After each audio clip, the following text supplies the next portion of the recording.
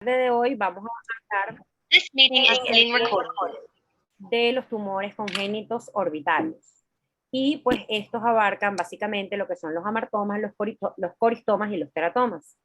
Cuando hablamos de amartomas, esta se trata de una proliferación celular de células maduras que son nativas del órgano en donde aparecen, pero que crecen desorganizadamente y suelen generar entonces lesiones en ocasiones de gran tamaño. Suelen ser modulares, únicas o múltiples, pueden aparecer en cualquier órgano del cuerpo y sus características son similares a las de una tumoración benigna. Cuando hablamos de amartomas oculares, estos suelen estar asociados a patologías sistémicas y principalmente vamos a encontrar los que abarcan el área de la uvea y la retina. Entre ellos los amartomas melanocíticos o nódulos de Lisch, el amartoma astrocítico de la retina y papila, y también podemos ver amartomas combinados de retina y epitelio pigmentario de la retina. Como se trata de una patología que pues se ve principalmente en la retina, el examen físico pues va a basarse por supuesto en la biomicroscopía y la exploración del segmento anterior, pero más que todo en la realización de un fondo de ojo para poder identificar la lesión. También nos podemos basar en las imágenes como el eco o la tomografía o la resonancia magnética, pero nos podemos apoyar también en imágenes enfocadas en la retina como la angiografía con fluoresceína o con verde indocianina y el OCT de mácula. En los diferentes estudios lo que vamos a ver es que a nivel de la ecografía vamos a ver una lesión de bordes bien definidos, incluso con calcificaciones internas. Cuando hablamos de la angiografía con verde indocianina, podemos ver que en tiempos tardíos pues vamos a reconocer la lesión y el vaso nutricio que pues la irriga, y también podemos ver en secuencias T2 cómo se ve una lesión endofítica visible e identificable. Mientras que en la FRG vamos a ver en tiempos más tardíos cómo hay una hiperfluorescencia de la lesión, y a nivel del OCT vamos a ver una desorganización de las capas de la retina por la aparición de la lesión in situ. Con respecto a las complicaciones, pues se basan en complicaciones retinianas como lo son hemorragia vítrea, desprendimiento de retina, membranas epirretinianas y neovasculares y disminución de la agudeza visual en general. Por lo tanto, el tratamiento se basa en primer lugar en la oclusión para prevenir la ambliopía del ojo afectado y pues en el tratamiento quirúrgico de las complicaciones, que se basa en la vitrectomía y en cirugías submaculares en caso de hablar de la presencia de una membrana. Luego pasamos entonces a los coristomas, que se trata de una lesión pseudotumoral en donde hay tejido normal en una ubicación anómala, ¿ok? Básicamente, pues ese es el concepto y puede estar constituido por uno o varios tipos celulares. Entre ellos tenemos el quiste dermoide y el dermolipoma, como los que vamos a ver más frecuentemente, tanto a nivel de conjuntiva como a nivel orbitario. En cuanto al quiste dermoide, se trata de células cutáneas que se van a ubicar, en este caso, como podemos ver, a nivel de la conjuntiva o también a nivel de la órbita, sobre todo la órbita anterior, y es común en la infancia y puede estar asociado a el síndrome de Goldenhar. Clínicamente la vamos a ver como una lesión amarillenta o blanquecina. Cuando está ubicada en la conjuntiva suele estar adyacente al limbo y suele crecer sobre la córnea, y pues tiene bordes bien definidos y puede ser sésil o pedunculado. Por otro lado tenemos el dermolipoma, que está ubicado en la conjuntiva superotemporal. Por lo general invade la porción, o tiene extensión posterior hacia la órbita y tiene bordes menos definidos que el que encontramos en el quiste dermoide. En cuanto al quiste dermoide, como dijimos, se trata de elementos cutáneos sobre la conjuntiva, y en cuanto a su clínica se va a basar cuando ataca la conjuntiva en irritación, ojo seco, epífora, queratitis, sensación de cuerpo extraño, y pues cuando invade la córnea y ocupa el eje visual podemos encontrar pues casos de ambliopía, por supuesto. Mientras que cuando crece en la órbita suele generar entonces un desplazamiento del globo ocular. En estos pacientes no se suele ver diplopía por el hecho de que el crecimiento es lento. Y pues su localización, como dijimos anteriormente, va a ser anterior en la mayoría de los casos, en el 80% de los casos, y tiene una ubicación retroecuatoriana en el 20% de los casos. Es poco común que ocurra un cuadro inflamatorio posterior a la ruptura de su cápsula, pero puede ocurrir y pues debemos estar al tanto de ello. En cuanto a su diagnóstico, se va a basar en primer lugar en la clínica, pero también nos podemos apoyar en la imagenología. A la ecografía lo que vamos a ver es una lesión de bordes hiperecogénicos y un centro hipoecogénico, mientras que pues, el estudio de elección es la tomografía, en donde vamos a identificar el tamaño de la lesión, la forma y pues la indemnidad de los tejidos blandos adyacentes, para poder, por supuesto, seleccionar el tratamiento quirúrgico adecuado, que en todos los casos va a ser la resección de la lesión por una conjuntivectomía, si hablamos de que la lesión está a nivel de conjuntiva, o una queratectomía si la lesión invade la córnea. Sin embargo, esto va a depender de qué tan profundo invada la córnea, porque pues si se abarca una gran parte de la córnea y la invade muy profundamente, entonces la conducta quirúrgica va a cambiar a una queratoplastia penetrante. Y una orbitotomía anterior en la mayoría de los casos para poder hacer la resección de la lesión en caso de que ésta se encuentre a nivel de la órbita. En cuanto al dermolipoma, se trata de una inclusión dermoepidérmica normal que ocurre al momento del cierre de la hendidura fetal. Como dijimos anteriormente, se trata de una masa amarillenta, rosada, móvil, sobre todo en el cuadrante superoexterno de la órbita. No suele producir afectación visual, pero sí genera un desplazamiento del globo ocular con un leve exoftalmo y limitación a los movimientos oculares que ocurre por el efecto mecánico de la presencia de la lesión como tal. Luego, pues como casos menos comunes, tenemos el colistoma óseo epivulvar, que como su nombre lo dice, es tejido óseo a nivel de la conjuntiva. Por lo general también el cuadrante superotemporal y suelen ser casos asintomáticos que cuando generan síntomas están asociados con síntomas de sensación de cuerpo extraño e hiperemia, y pues la conducta quirúrgica en estos casos va a ser la resección. Mientras que si no tiene síntomas, pensamos más o tendemos más hacia una conducta expectante y observar al paciente.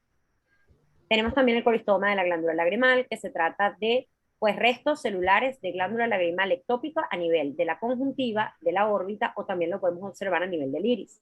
Es sumamente rara y se trata de una lesión pequeña, rosada, que cuando está en la conjuntiva se encuentra por lo general cercana al limbo y pues tiene buen pronóstico, y pues la conducta también va a ser resecar la lesión.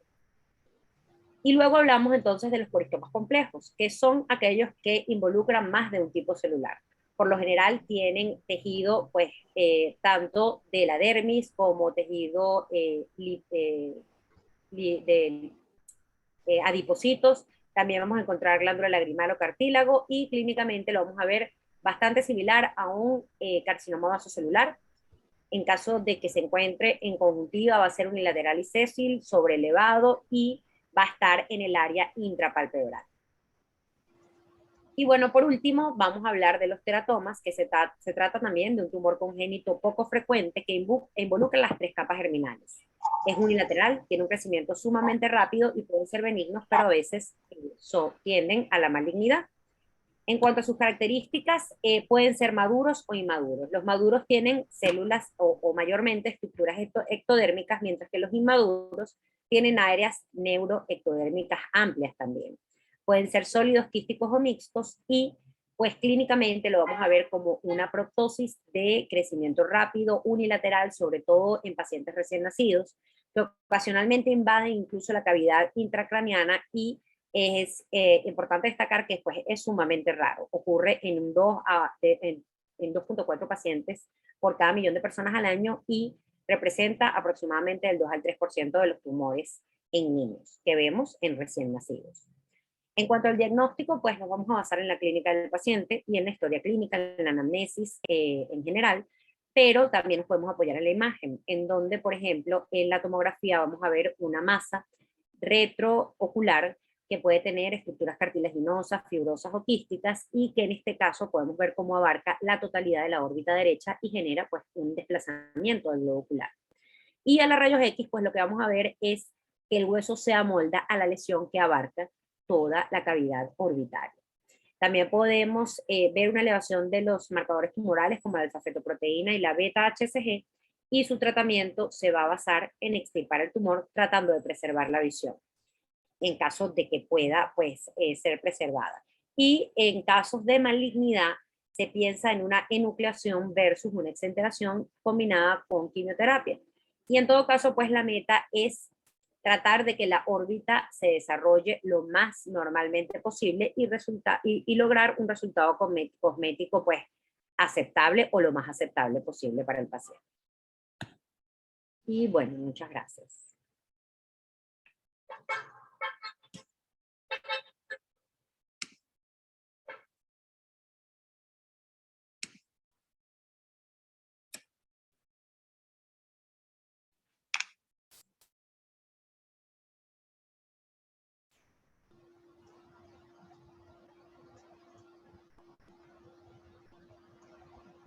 Morela no la logró. Sí. ¿Aló? Ajá, Sí, doctor. ya te oye. Ajá, pero no me veo. Sí, y ahora sí sí, la te vemos. vemos. Sí, sí salgo. Yo no Sí. me veo. Qué broma, no veo.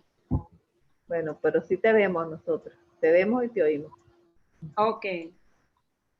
Bueno, mira, esto es un seminario que...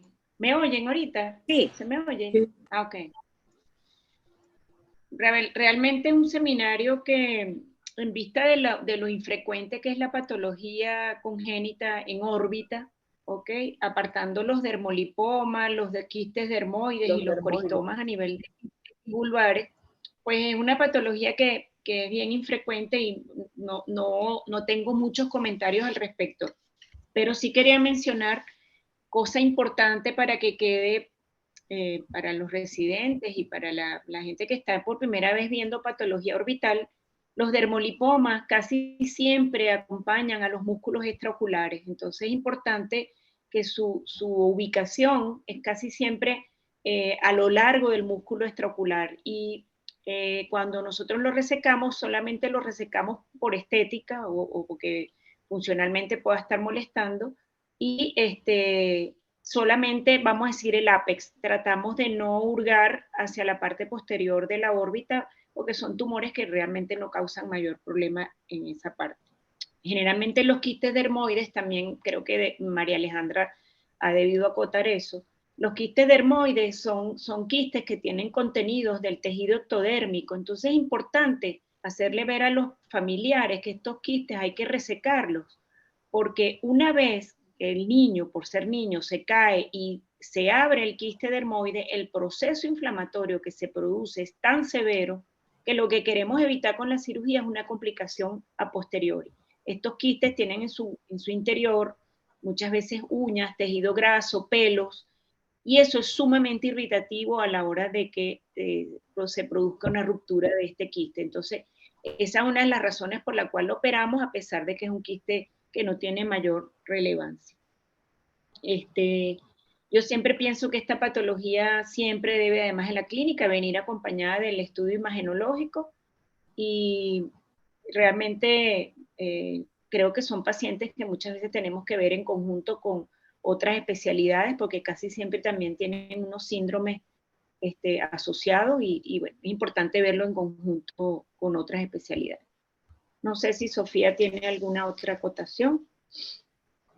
Bueno, lo que pasa es que, como tú dices, los más frecuentes son los dermolipomas y los dermoides, es lo que más va a llegar y es donde tenemos que tener las nociones claras. Las otras patologías son tan extrañas y a veces tan mutilantes que por fortuna no son frecuentes. Sí, pero lo más importante es eso, lo que tú acabas de decir. Vale. Siempre estar pendiente cuando se vaya a hacer un dermolipoma de los músculos extraoculares sobre el músculo, sobre el recto externo, sobre el vaso donde va corriendo. No hay nada. Sí, no, extraño. de todas maneras, el próximo seminario ya entramos un poquito más en materia, que son tumores ya de más frecuentes. Y neurales, creo que es el que toca. Vasculares y neurales. Ajá.